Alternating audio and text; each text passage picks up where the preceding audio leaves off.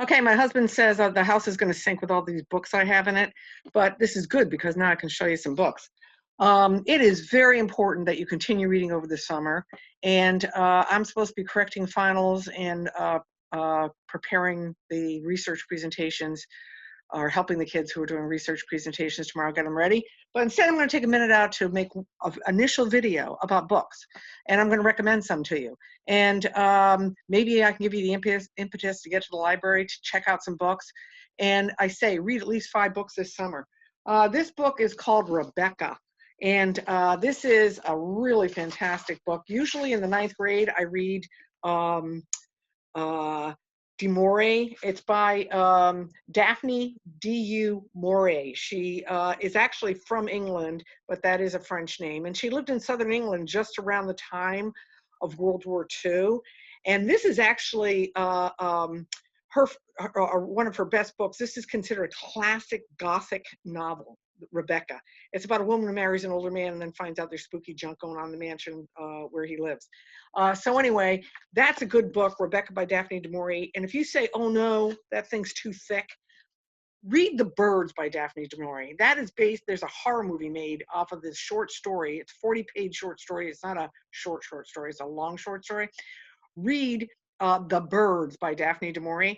It's a story about after World War II, the birds started attacking and killing people for no known reason. And you know how they say birds of a feather flock together? One of the things is, one of the famous lines from that story is, birds were forming together in strange partnership. And I love that line, which means that birds of the feather aren't flocking together. All the birds are gathering together with the sole purpose to kill humans. Like in their little peanut brain, the only thing they have going is let's kill humans. Excellent story and really good for vocabulary. And if you like a good horror story, that's the baby, and very well written. I used to read it with my 9th graders. We didn't have time this year, but I know The Birds by Daphne du Maurier would become your new favorite. This is The Old Man and the Sea by Ernest Hemingway. This is also a very good book. It's not very long. You can see it's very short. It's only about 100 pages. Anybody who's not read Animal Farm or Lord of the Flies, those are considered the 9th grade standbys. And when you get to college, everybody will go, you went to classical and you never read Lord of the Flies or Animal Farm, because most people do read those books, and you should have those on your reading list and have read them. And I would say this is another classic what you want to read. This is a American literature, and it's basically about an old man in the sea. And you might like Hemingway. He is known, he's actually famous for his sentence structure in his writing. That's what he's best known for. I have grammar books at school which just analyze the sentence structure of Hemingway novels. Okay, here's another good one. I put this on my the reading list. This is Mark Twain, and I told you to read A Connecticut Yankee in King Arthur's Court. A Connecticut Yankee in King Arthur's Court has been made into like 6 movie versions. Martin Lawrence is in one of them.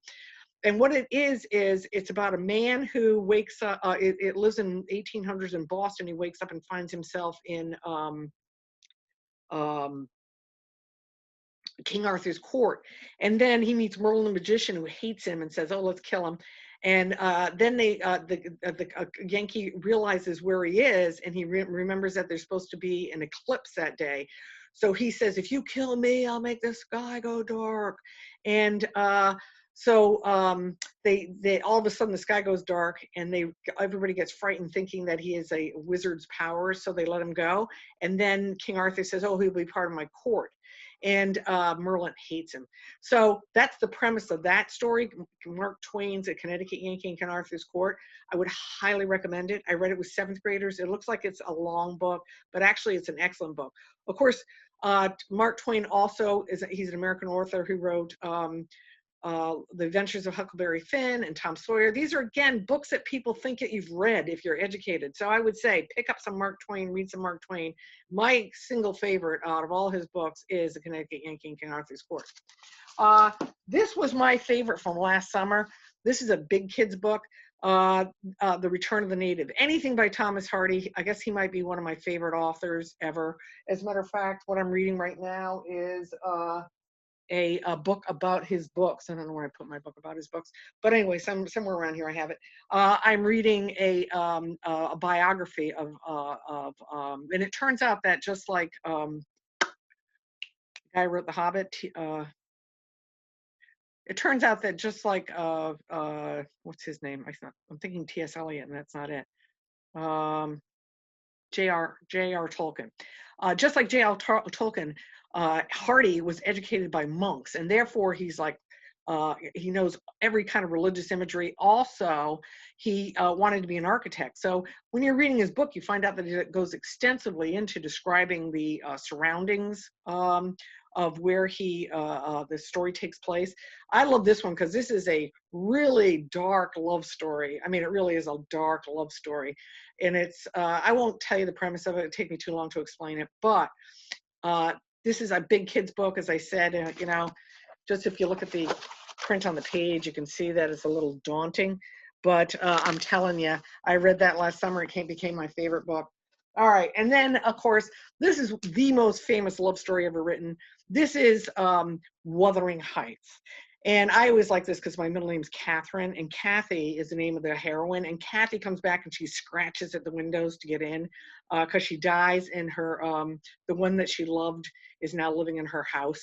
So she scratches at the windows to get in, like as a ghost, and they can actually see the handprints on the window. So it's a ghost story, and it's gothic, it's dark. It's about Heathcliff, who's like, they think he's a gypsy, and the family adopts him. The dad goes to London and comes back, and he's got this gypsy kid. And everybody's like, ugh, why didn't you bring that kid back here? But Kathy becomes his best friend and playmate, and they run around the moors together and have a lot of fun. And then just as she's like 18 years old, she marries somebody else because she says she can't marry somebody who's below her in class. And then Heathcliff goes, and he leaves, and he goes and makes a fortune and comes back as a very wealthy man, and then torments Kathy for marrying somebody else. Great story. And then, of course, she dies, but and then comes back as a ghost. Anyway, happily ever after, the ghost and her get back together. So, Wuthering Heights, just like Romeo and Juliet, love is forever, you know, past the grave, yada, yada. Really great book. Very famous book. It's by Emily Bronte. This is a classic. Everybody loves this book. So if you have it, this is a good book. All right. This is in the upper kids reading list. Frankenstein. Frankenstein is not really that long. It's really, it's really not that long. And I would say if you start reading it, you will get involved because you think that it's about a monster, and it's not. It's actually a psychological thriller because it's about a man who takes dead body parts, reanimates them, and then the monster, when he wakes up, goes, "Mommy," or "Daddy," because the man is the man who invented it, or the man who created him as a man. So he says, "Daddy," and then the scientist looks at this piece of dead, reanimated flesh and goes, "Ugh," and he runs. And then the monster feels rejected, so he gets revenge on his creator. Really, I mean, he becomes like a real psychological nut getting revenge on his creator. So Frankenstein is a great monster book. Do you know that Mary Shelley was 18 years old when she wrote this book? And she was married to the famous poet Shelley. And she did it on a bet with, she was staying with a bunch of poets like Lord Byron and Shelley, and Switzerland or Sweden, one of the two, Switzerland, I think. Anyway, and on a dare, they said who could write the best horror story, and she wrote this excellent book. And it's not that long, and so what if you're going to read it again in the upper grades? I've read it like 6 times. A lot of books I've read like 6 times. Love them. All right, for you who are like more of a, what do you call it? You know, this is very thick, hard to read book, The Heart of the Sea. This is actually another version of Moby Dick. It's actually the story of like Moby Dick. It takes place in Nantucket. After I read this book, I really wanted to go to Nantucket. The thing about this book is that it's actually all based on fact. Like you can see, it's actually got a map in it, and it's actually based on fact. It's all the facts surrounding the true story of the whaling industry in Nantucket. Look at that. That is just a page of the sites. As you're reading the book, there's citations to show you the guy did the research and actually, you know, so this is actually in the nonfiction section of the library. It's like Anne Frank, except it's like and it is very dark. It's very dark. It's very scary. I mean, they go out into the middle of this, they go from Nantucket on a rickety little whaling ship and end up in the Pacific. And then when they're out in the Pacific, ocean looking for whales, the boat sinks, right? And then they're left on a rowboat with no food and no water, right? So what happens is they're all in that rowboat for 50 days. Anyway, really scary, scary story. And it's a big kid's book. It's harder to read. I found when I was young that there were a lot of books that I found very hard to read. And I'd have my book at one side of my bed, and the other side of the bed, I'd have the dictionary. And I just read. My mom one time said to me, "Where have you been? What have you been doing?" I said, "Mom, I was reading that book." She said, "Don't you ever do that again," because I disappeared for days reading a book. I'm telling you, you want to make sure this summer you're reading books, because when you get back, the first thing you're going to hear about is SATs. And even though you'll be in 10th grade, they'll start talking a lot about SATs. And the only way to do well on the SATs is to be a reader. So those are like 6 really good books that I just recommended.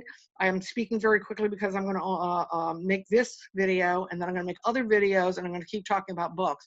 And I hope if I keep talking about books that one of you might actually pick one up. So, all right, so this is it. I'm going to end the video, and then I'm going to post it, and then I'm going to keep posting videos talking about different books, and hopefully you'll look at them and say, gee, that sounds like a good book.